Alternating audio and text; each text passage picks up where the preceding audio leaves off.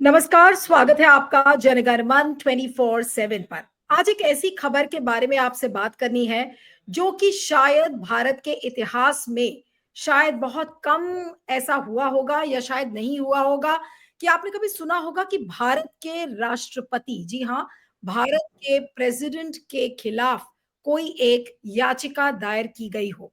और ये बात मैं बहुत जिम्मेदारी के साथ कह रही हूँ क्योंकि इसको लेकर केरला की जो सरकार है और केरला, इसमें सब जगह है कि Kerala goes to Supreme Court against president withholding assent to bills. आपको सभी को पता है कि जब कोई भी स्टेट कोई बिल पास करना चाहता है तो वो गवर्नर के पास जाती है, गवर्नर उसको राष्ट्रपति को भेजता है और राष्ट्रपति उस पर अपना असेंट देती है या देता है और उसके बाद वो कानून बनता है।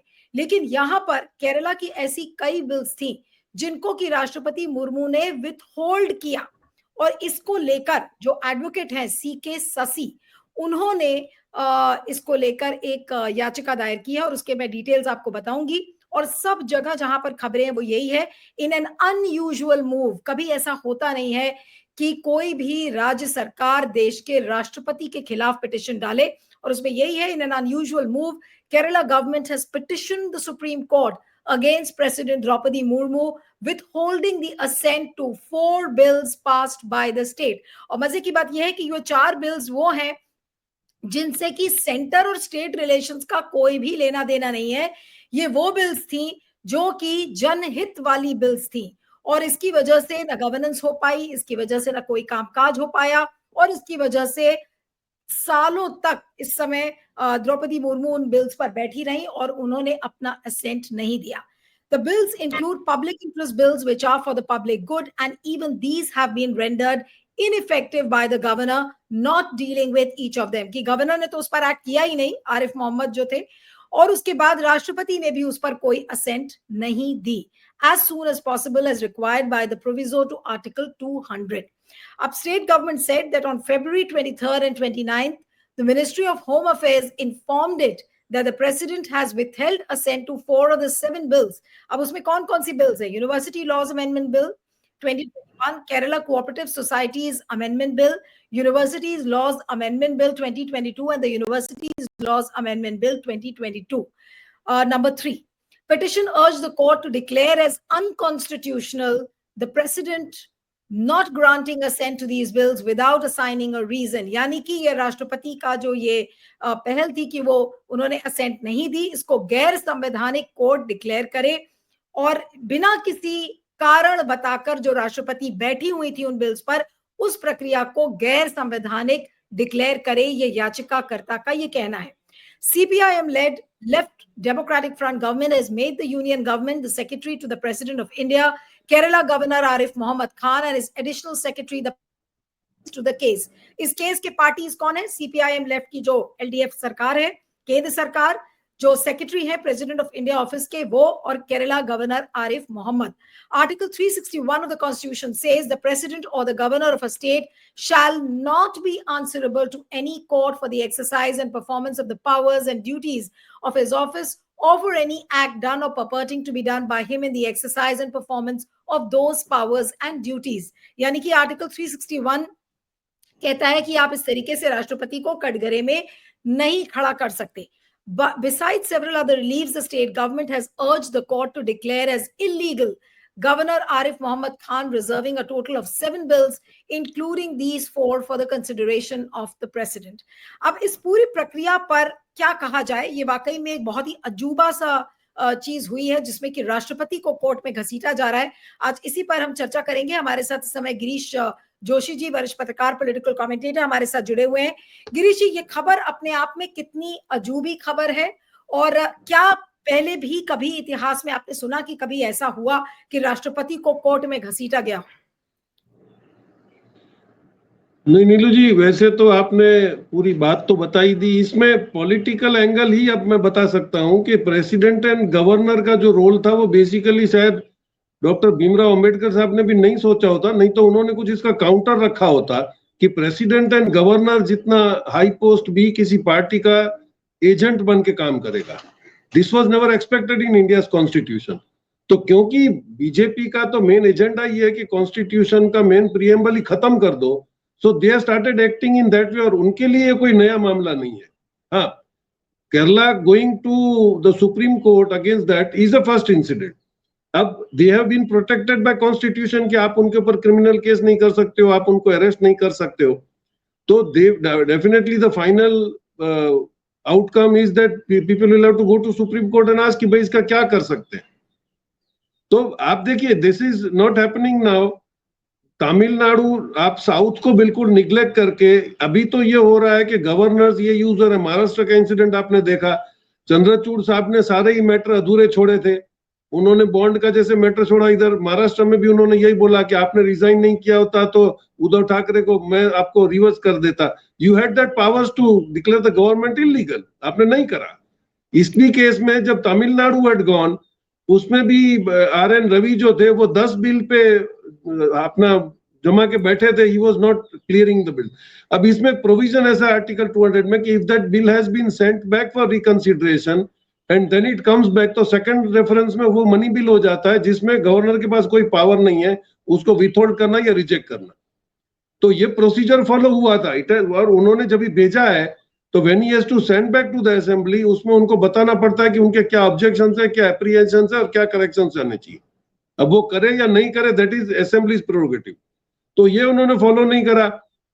तमिलनाडु में भी आप देखिए तो उसमें बहुत ही क्लियर केस था कि they were not asking anything which was affecting the. हाँ, एक था जो उन्होंने पावर्स गवर्नर के वाइस चांसलर के अपॉइंटमेंट में वो एन्योल करना चाहते थे. उसका रीजन ये है, आप सब जगह देख रहे हो अभी जहां पर भी ज्यादातर vice chancellors have been appointed by centre, वो सारे के सारे इनके बीजेपी RSS के एजेंट्स हैं. वो वही एजेंडा चलाना चाहते हैं स्टेट में जो उनको चाहिए. वो एजुकेशन में इंटरवेन करते हैं, वो लोकल बॉडी की डेवलपमेंट में कर रहे हैं, कौन से एरिया में करना है, कौन से एरिया में नहीं करना. मतलब ultimately de facto chief minister of the state has become, governor has become the de facto chairman. तो ये तो इंडियन कॉन्स्टिट्यूशन में नहीं चलेगा.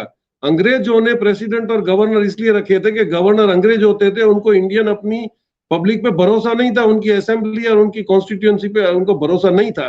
अभी आपको क्या जरूरत है? व्हाट इज द, आज जहां पे 80 करोड़ लोग फ्री का अनाज खा के हिंदुस्तान में जी रहे हो, वहां पे आपको प्रेसिडेंट और गवर्नर करोड़ों, 5 lakh rupees the salary of the president, और उतना ही उससे 1.5 गुना खर्चा उसका वो मेंटेनेंस में है, उसका बंगलो, उसका सिक्योरिटी. तो does this poor country can afford that luxury? बिल्कुल बिल्कुल, आप सही कह रहे हैं. लेकिन सवाल ये उठता है कि ये मामला जब सुप्रीम कोर्ट में जाएगा तो ये जो आर्टिकल 361 कॉन्स्टिट्यूशन का है, जो कि ये कहता है कि द प्रेसिडेंट और the governor shall not be answerable to any court of law for the exercise and performance of the powers and duties of his office. तो क्या इस तरीके के पिटिशन को खारिज कर देगा कोर्ट, या वाकई में समझने की कोशिश करेगा कि भाई राष्ट्रपति को क्यों खींचा जा रहा है इसमें? नहीं, ऐसा नहीं. Ultimately the saviour of constitution, the top body is Supreme Court. अगर मेरे को किसी भी प्रोविजन से दिक्कत है तो let the Supreme Court tell कि भाई they are about the constitution. That they will not be able to tell. At least they will have to answer government. They can call the principal secretary of the governor. आगे ऐसा हुआ है, एक case हुआ था जिसमें state of Punjab versus principal secretary of governor हुआ है. उसमें वो इंस्ट्रक्शन अभी भी कोर्ट में जो तमिलनाडु को दिए गए उसमें रेफरेंस वही दिया गया है कि भाई when they are acting detrimental to the progress of the state, तो डेफिनेटली लीगल एक्शन, लीगल उसमें क्वेश्चनिंग तो हो ही सकता है. जब भी चंद्रचूड़ ने एक ऑर्डर पास किया था कि एज सून एज पॉसिबल, उन्होंने वहां पे ये एम्बिग्यूटी छोड़ दी कि एज सून एज कितना होता है, what does that as soon as. तो he should have passed an order कि भाई मैक्सिमम 60 days, 90 days और something where you have to immediately reverse the bill, pass it और रिजेक्ट इट. अब इसमें ऐसा भी कोई प्रोविजन नहीं. Without sending it to the assembly back, उन्होंने डायरेक्ट प्रेसिडेंट को रेफर कर दिया है. अगर हर बिल स्टेट के प्रेसिडेंट को रेफर होने लग जाएंगे तो that means you are not allowing the state to work. अब इसमें केरला में आप देखिए, doctor Abdul J Kalam technical university की परमिशन है. यहाँ पे आप local for vocal, made in India, make in India बात कर रहे हो और आप बहुत ही एक इंपॉर्टेंट टेक्निकल इंस्टीट्यूट को परमिशन नहीं दे रहे हो. ये क्या है ड्यूअल अथॉरिटी आपकी? वो आपका दोगलापन है. तो केरला में कोऑपरेटिव सोसाइटीज में they wanted to secure the deposit of the investors. उसके लिए वो अमेंडमेंट करा जा रहा था. तो कोऑपरेटिव सोसाइटी का वो एक इंपॉर्टेंट बिल है, उस पर भी आप बैठे हो 2 साल से, आप पास नहीं कर रहे हो, उसमें आप ऑब्जेक्शन नहीं बता रहे हो. लोक आयुक्त जो जजमेंट देता है अगेंस्ट CM, या एमएलए, तो उसका उन्होंने बोला था कि अपीलेट अथॉरिटी डिसाइड करेगी, नॉट द गवर्नर। तो लोकायुक्त ने अगर सीएम पे कुछ केस कर दिया, तो ये जो प्रोविजंस कर रहे थे कि किसी भी वक्त पकड़ के आप सीएम को जेल में डाल दो, वहां पे गवर्नर रूल हो जाएगा, तो ये तो मतलब you are literally coming to the president rule of India form करने के चक्कर में। और अब तो साउथ का जो बिहेवियर है सेंटर का, उससे साउथ अपने आप को बहुत सिक्योर करने की कोशिश कर ही रहा है। This is one of the part of that. नहीं, आपने एक चीज भी कही जो कि बहुत लॉजिकल है कि केरला में ये पिटिशन फाइल हुआ। केरला पहला ऐसा राज्य है जहां पर राष्ट्रपति को अदालत में खींचा जा रहा है। तमिलनाडु में ऑलरेडी हम देख रहे हैं कि तमिलनाडु का गवर्नर किस तरीके से बिहेव कर रहा है और आए दिन उनकी सरकार, जो राज्य सरकार है, उनके साथ तनातनी चलती रहती है। दिल्ली में हमने देखा कि किस तरीके से एलजी और जब अरविंद केजरीवाल की सरकार थी तो उस समय उन दोनों के बीच में कितनी तनातनी चली। क्या ये एक यूनिवर्सल पैटर्न बनता जा रहा है? और इस हिसाब से तो ये है कि जहां पर भी ऑपोजिशन की सरकारें हैं वहां के बिल्स कोई कभी क्लियर नहीं होगा, गवर्नर भी उस पर बैठेंगे, राष्ट्रपति भी बैठेगा, और जानबूझकर ये एक पॉलिटिक्स की जा रही है। ये बहुत साफ हो गया है इस पर। वही मैं बता रहा हूं कि ये ऐसा भी कभी दिन आएगा, वो शायद भीमराव अंबेडकर साहब ने नहीं सोचा होता, नहीं तो उन्होंने इसका भी प्रोविजन रखा होता। क्योंकि this is very unbecoming of a nation democratic. जो आप बोल रहे हो कि दुनिया की सबसे बड़ी डेमोक्रेसी है, उसकी ये पोजीशन है। और आपने प्रेसिडेंट, जो फर्स्ट सिटीजन ऑफ इंडिया है, वो मेरे अपॉइंटिंग, उसका कैलिबर क्या होना चाहिए, उसका क्वालिफिकेशन, ये लेट देम डिसाइड। वो आदमी इतना तो पढ़ा लिखा होना चाहिए, वो कहीं पर भी सीएम या गवर्नर रह गए, that doesn't qualify him to do that. Maharashtra में आपने देखा कि फ्लोर टेस्ट बुलाने का पावर गवर्नर को कहीं नहीं है, ही कॉल्ड इट। वो कब कर सकते हो? जब आपको पता है कि सेंटर से हमको इतना आशीर्वाद है और हमको लोकल पब्लिक से इतना, हम लोगों ने, हमारे जो अंधभक्त है वो उसी टाइम मोर्चा निकाल के चले जाएंगे। आप लोग छोटे छोटे मामले पे किसी आर्टिस्ट पे आप केस कर देते हो। Where is the constitution? आपको हर बात के लिए अगर सुप्रीम कोर्ट में ही जाना पड़ेगा, तो what are these authorities taking the salary for? वहां पे लोकपाल बैठा हुआ है, गवर्नर बैठा हुआ है, लोकल गवर्नमेंट बैठी हुई है, nobody is there to weather. एक छोटे से मामले के लिए आपको सुप्रीम कोर्ट हर आदमी को दौड़ना पड़ेगा, और can a common man afford going to Supreme Court for every small thing? तो ये दिस इज, उनको जो इनका एटीट्यूड था कि पूरा कॉन्स्टिट्यूशन का सिस्टम ही कोलैप्स करना है, उसमें ये लोग 50% तो सक्सेसफुल हो गए, क्योंकि people have lost faith in everything. People को पुलिस में भरोसा नहीं है, पीपल को आर्मी क्या बोल रही है, आर्मी एक बोल रही है, फिर दूसरा एक आर्मी मैन दूसरा बोल रहा है। मतलब आपको किसी भी इंस्टीट्यूट पे अब एतबार करने के लिए आपके पास कुछ रहा ही नहीं।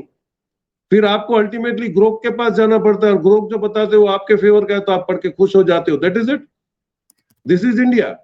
अभी आप इकोनॉमिकल सिचुएशन देखिए, आज ही अभी फाइनल हो रहा है कि हम लोग 50% टैक्स रिडक्शन करेंगे अमेरिकन ट्रेड टैरिफ के प्रेशर में। Do you imagine? आपका 57% तो आपका रेवेन्यू खत्म हो जाएगा जो आप अभी टैरिफ से ले रहे थे। तो आपको जो प्रिंसिपल चीजें करनी है, उसकी बजाय आप ये छोटी छोटी बातें, अभी सौगातें आप मोदी निकाल रहे हो। मतलब आपका अभी पूरा ध्यान जो है वो बिहार के इलेक्शन पे है। ये केरला में क्या हो रहा है कि this is the job of A president.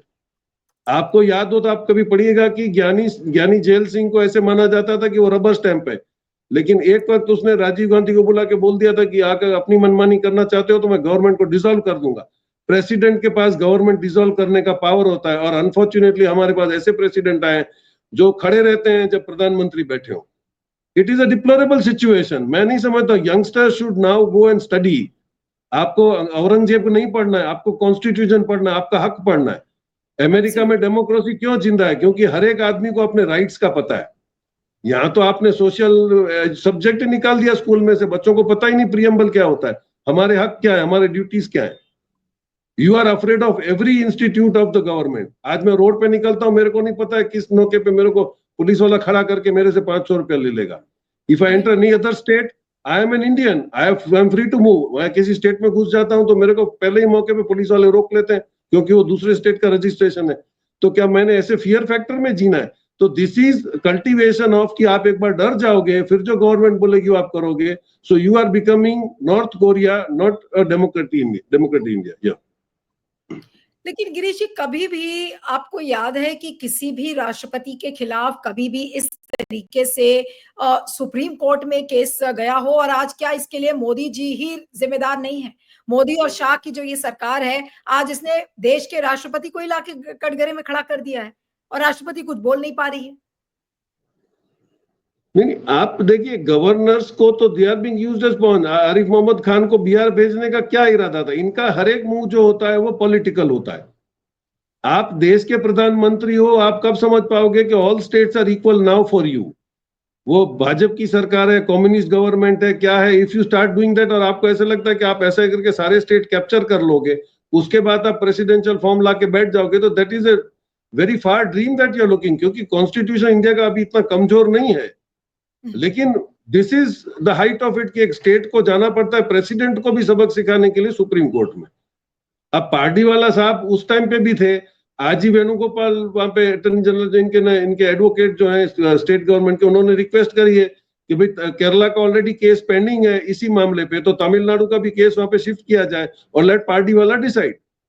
अब पार्टी वाला साहब का मैं उनको जानता हूं, गुजरात में जब तक वो थे, he was a terror for wrong doers, absolutely honest and upright person, और बिल्कुल डिपार्टमेंट उनकी कोर्ट में हाजिर होने से डरता था अगर उन्होंने कुछ गलत किया है तो वो बाकायदा रिड्यूकल कर देते थे कोर्ट में। सो लेट्स प्रे गॉड कि अगर लास्ट मोमेंट पे शायद हमारा कोई सेवर आ जाए, चंद्रचूड़ जैसा नहीं लेकिन कोई अच्छा ही सेवर हिंदुस्तान का आ जाए, जो नॉर्थ स्टार आप चंद्रचूड़ साहब को बोल रहे थे वो शायद ऐसा कुछ आ जाए।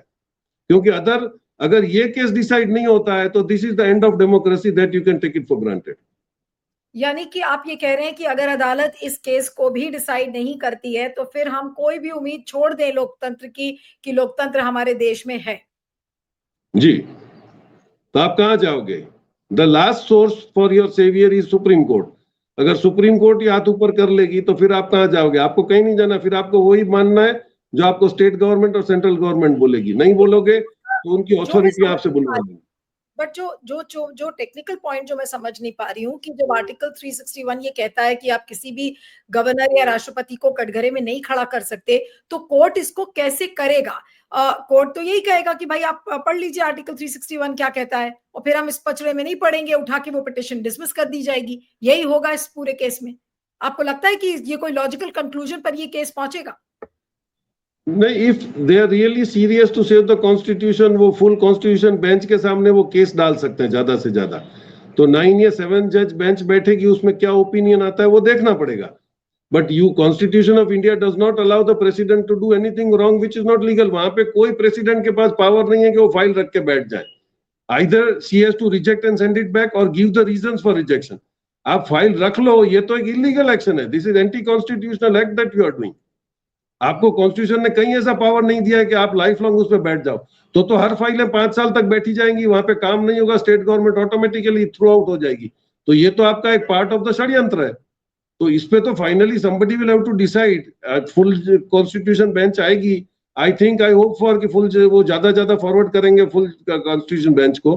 उसके बाद it will depend on advocate what they argue, but there should be at least public में ये मैसेज चला गया कि गवर्नर और प्रेसिडेंट रूलिंग पार्टी बीजेपी के एजेंट है। This message has gone across at least for with this case. जी, और बहुत ही शर्मनाक ये पिटिशन जो दाखिल हुआ है, ये बहुत ही शर्मनाक वाकया है अपने लोकतंत्र के लिए। और जिस तरीके से पूरी ये प्रणाली लोकतंत्र की मोदी जी ने और शाह साहब ने इसको तब्दील कर दी है। लेकिन अब देखना होगा कि सुप्रीम कोर्ट इस केस को कैसे टेकअप करता है। लेकिन आपने कभी नहीं सुना होगा कि देश के राष्ट्रपति को मजबूरी वश कोई राज्य सरकार इस तरीके से कोर्ट में खींचे, और वो भी सुप्रीम कोर्ट में। अब सुप्रीम कोर्ट क्या राष्ट्रपति की गरिमा बचाएगा, या फिर वो राज्य सरकारों की सुनेगा, या फिर वो केंद्र सरकार का एक नुमाइंदा बन के और पूरे इस केस को डील करेगा? अब ये देखना होगा। ये वाकई में गिरिजी ने ठीक कहा कि ये केस डिसाइड करेगा कि देश में वाकई में लोकतंत्र अब बचा है या लोकतंत्र खत्म हो गया है। आपका बहुत बहुत शुक्रिया Giriji. Thank you so much for joining. Thank you.